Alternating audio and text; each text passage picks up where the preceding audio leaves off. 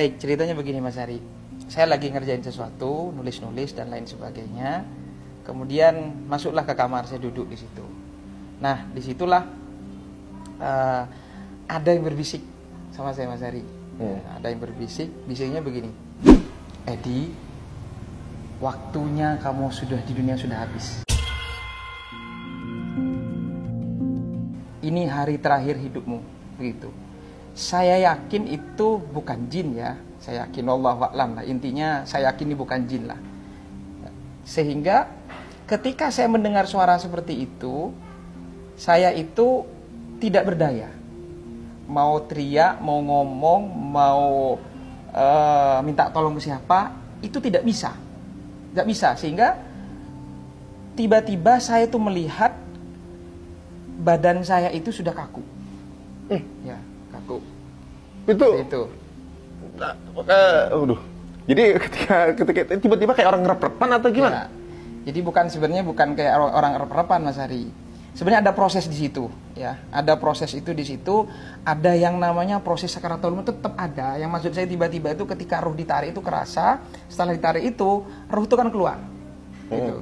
Jadi proses bagaimana sakaratul maut itu yang saya rasakan itu dari kaki. Ditarik dari kaki. Dan rasa sakitnya itu, sakaratul maut itu seperti badan kita ditebas atau diiris-iris dengan ratusan pedang.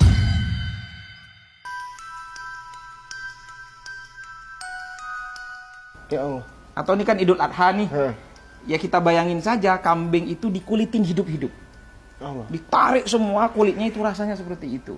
Atau kita seperti parut yang pakunya panjang-panjang ditancepin tubuh kita terus ditarik seperti itu. Itu rasa sakit dari kaki itu. Dari kaki. Itu dalam keadaan Ustaz tuh ngerasain ini, ngerasain rasa sakitnya. Rasa sakit luar biasa Mas Hari. Ketakutan yang luar biasa. Dan ini juga ini penting. Kalau ingat itu ya Allah, mau bermaksiat sedikit pun tuh takut Mas Hari.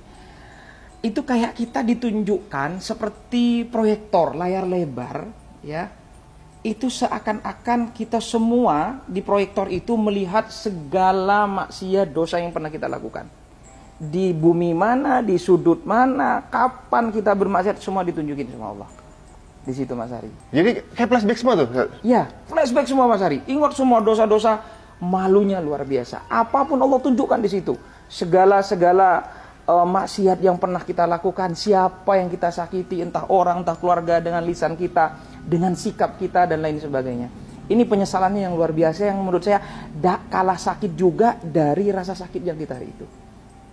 Kemudian, nah ini benar dari hadis Rasulullah ketika sudah nafas di tenggorokan, itu ingat semua harta kita. Ya. Sampai supaya harta saya waktu itu dalam kondisi ya diuji dengan ekonomi. Sampai harta saya uang 1.000 pun di saku, di celana levis belakang pintu pun ingat. Seakan-akan saya tolong itu semua harta saya infakin untuk menebus dosa-dosa saya. Saya pingin harta saya yang tersisa itu saya pingin diinfakin untuk menebus dosa-dosa saya Mas Hari.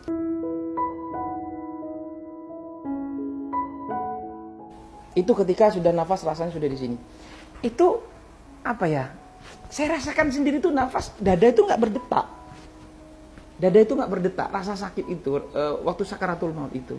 Dan ruh itu keluar. Ketika keluar, saya seperti tertegun melihat jasad saya itu, badan saya itu kaku. Ya gimana mayat seperti itu? Nah itulah ternyata ketakutan itu bukan cuma ketika proses sakaratul maut, sampai ruh pun keluar, itu juga ada rasa ketakutan yang luar biasa. Nah ini nanti sebenarnya ini banyak kejadian Mas Hari. Mungkin nggak cukup saya jelaskan 1 jam 2 jam, tidak akan cukup seperti ini. Ini persis sebelum saya mendirikan pesantren. Ini juga yang menjadi energi saya, semangat saya mendirikan pesantren Tahfiz Motivator Quran Indonesia seperti itu. Ketika saya melihat jasad saya itu Mas Hari, tiba-tiba ada yang berbisik begini. Sebentar lagi kamu akan diurus, didatangin mungkar dan nakir. Itu juga nggak kalah mengerikan. Dengar nama mungkar nakir saja itu Mas Hari, itu mengerikan. Saya lari ke sana kemari, saya cari orang minta tolong supaya ruh saya kembali, supaya saya selamat, supaya saya hidup lagi. Ya Allah, hidupkan saya 3 menit saja ya Allah, 5 menit saja ya Allah, supaya saya bersujud kepada Engkau, supaya saya bertobat kepada Engkau, supaya saya melakukan kebajikan-kebajikan. Itu kan terekam di dalam Al-Quran. Dan memang benar di dalam Al-Quran itu, ketika manusia yang wafat meninggal, dia mengatakan, kok hidup saya seperti hanya pagi saja, siang saja, sore saja. Dan itu benar-benar saya rasakan, Mas Ari. Dan ini lagi, Mas Ari, penting punya anak yang soleh soleha. Di situ ada kedua orang tua, ada orang tua suami istri, Mas Ari.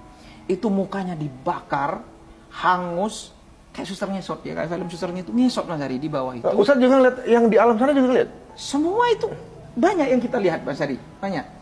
Terus ada kerangkeng, besi-besi yang panas membara. Tahu nggak apa yang dikatakan oleh kedua orang tua ini? Tahu nggak apa yang dikatakan? Ya Allah, anak saya melupakan saya, ya Allah. Saya mengandungnya, membesarkannya, melahirkannya, mendidiknya, dan dia sekarang melupakan saya, ya Allah. Aku terlupakan, ya Allah. Aku terlupakan hari ini. Itu merintih-rintih menangis, Mas Ari. Nggak didoain gitu? Nggak didoain sama anaknya. Mungkin anaknya juga bermaksiat di dunia. Ini penting mendidik anak untuk supaya akidahnya kuat, agamanya kuat, Qur'annya kuat sebelum yang lain-lain. Ketakutan saya itu nyari masjid, Mas Ari. Yang saya cari akhirnya masjid. Nah, ini penting umat muslim untuk cari masjid gitu kan ya. Cari masjid, saya masuk ke masjid, Mas Ari, adem, ada cahaya, Mas Ari. Duh, saya merinding tuh kalau ingat tuh, nangis saya, ya Allah, ya Allah, ya Rabbal. Tapi orang nggak ada yang lihat? Nggak ada yang lihat saya sama itu. Nggak ada yang lihat saya. Terus di situ ada anak-anak muda yang lagi pegang Quran, Mas Ari. Yang lagi pegang Quran. Ya. Ada yang lagi pegang Quran, kemudian wajahnya bercahaya. Tuh rasanya tuh kayak tembus ke langit. Saya di pintu masuk itu kaget karena mencari pertolongan supaya saya hidup ke dunia. Saya ngeliat itu, nangis saya. Itu indah, mulia, berwibawa. Pokoknya dengan segala kemuliaan yang saya lihat tuh, ini asik banget nih orang gitu loh. Indah banget, wajahnya berseri-seri. Saya bertanya dalam diri saya itu bertanya, ada jawaban. Nggak tahu siapa, pokoknya ada jawaban, ada suara begini. Itulah orang yang hafal Quran. Itulah orang-orang yang mencintai Quran. Itulah orang-orang yang memperjuangkan Quran, Mas Ari. Itu bahasanya begitu. Itu bercahaya. Dan ini bahagia banget orang ini. Wajahnya berseri-seri. Saya jalan, tapi yang diantara yang paling bercahaya itu adalah gurunya. Ada kiai, seorang kiai di tengah itu yang ngajarin Quran. Itu yang paling bercahaya, Mas Ari. Saya pergi ke mimbar, tempat imam sholat. Saya sambil nangis, saya berteriak, Mas Ari, di situ. Saya nangis, ya Allah, berkali-kali saya ngomong, ya Allah, hidupkan saya walaupun 3 menit, hidupkan saya walaupun 5 menit. Kalau sebelumnya saya pingin taubat gitu, pingin beribadah sama Allah gitu. Tapi ini beda, saya mintanya sama Allah beda. Ya Allah, jika Engkau izinkan saya hidup di dunia 3 menit saja, 5 menit saja, saya ingin taubat, saya ingin zikir, saya ingin sedekah, saya ingin semua kebaikan-kebaikan saya sampaikan kepada Allah. Saya ingin hidup, ya Allah. Saya ingin balik ke dunia, ya Allah. Baru saya terakhir ingat dalam diri saya, ya Allah, jika Engkau izinkan saya hidup, ya Allah, 3 menit saja, 5 menit saja, ya Allah, izinkan saya hidup di dunia ini, ya Allah. Saya akan perjuangkan Quran hingga akhir hayat saya, Allah. Saya akan berjuang untuk Quran. Saya akan wakafkan hidup saya untuk Quran, ya Allah. Itu doa saya sama Allah, Mas Ari.